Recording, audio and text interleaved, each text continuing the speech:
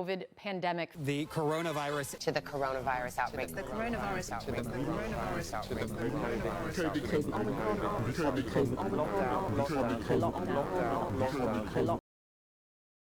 You must stay at home. For me, it affected me in several ways. So when I just started, I was still in year 2, and the School of Computing just sort of gave up.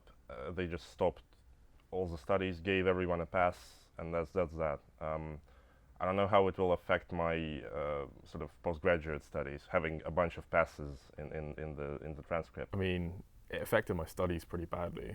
I mean, there's no practical lessons, no lectures, no tutorials, everything was online.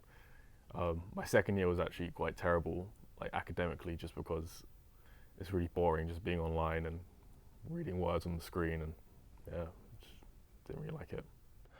And for the rest of most of lockdown, I guess, I was working. In fact, I managed to not be studying at the time.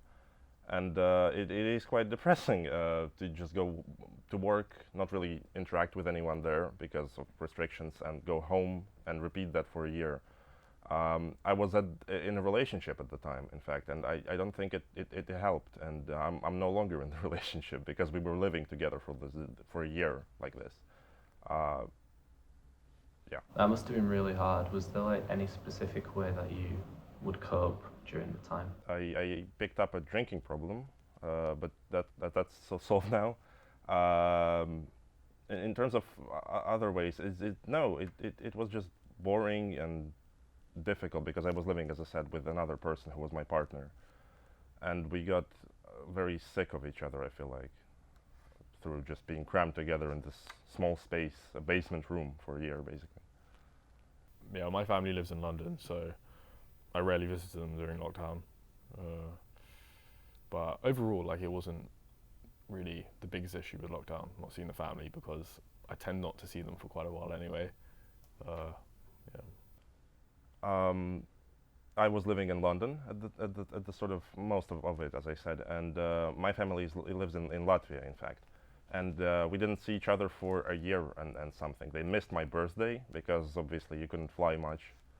And it was quite difficult, especially the difficult part was coming back to live with them. Like, after such a long period of isolation, we did have quite a few conflicts about just various things. So it wasn't that good for family relations.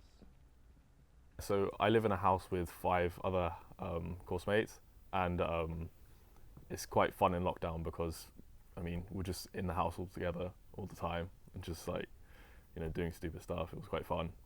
But yeah, that's probably the big upside to it.